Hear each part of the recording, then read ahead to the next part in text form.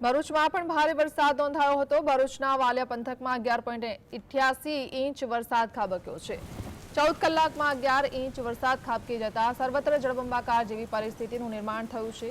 વરસાદને પગલે ભરૂચનું ડેહલી ગામ પાણીમાં ગરકાવ જોવા મળ્યું છે।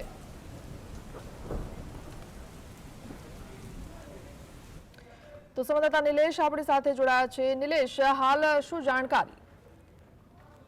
હાલ જણાવી લઉં કે ભરૂચ જિલ્લામાં વાલિયાની સ્થિતિ અત્યંત કફોડી થઈ ગઈ। 14 ઇંચ જેટલો વરસાદ કાલથી આજ સુધીમાં પડ્યો છે।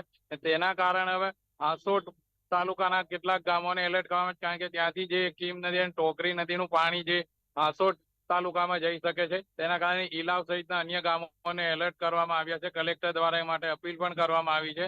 તો દહેલી ગામમાં વિકટ પરિસ્થિતિ સર્જાતા ત્યાં સ્મશાનમાં 70 જેટલા લોકો ફસાયા હોવાનું જાણવા મળેલ છે, જેઓને તંત્ર દ્વારા સ્થળાંતર કરવાની તૈયારી કરવામાં આવી છે।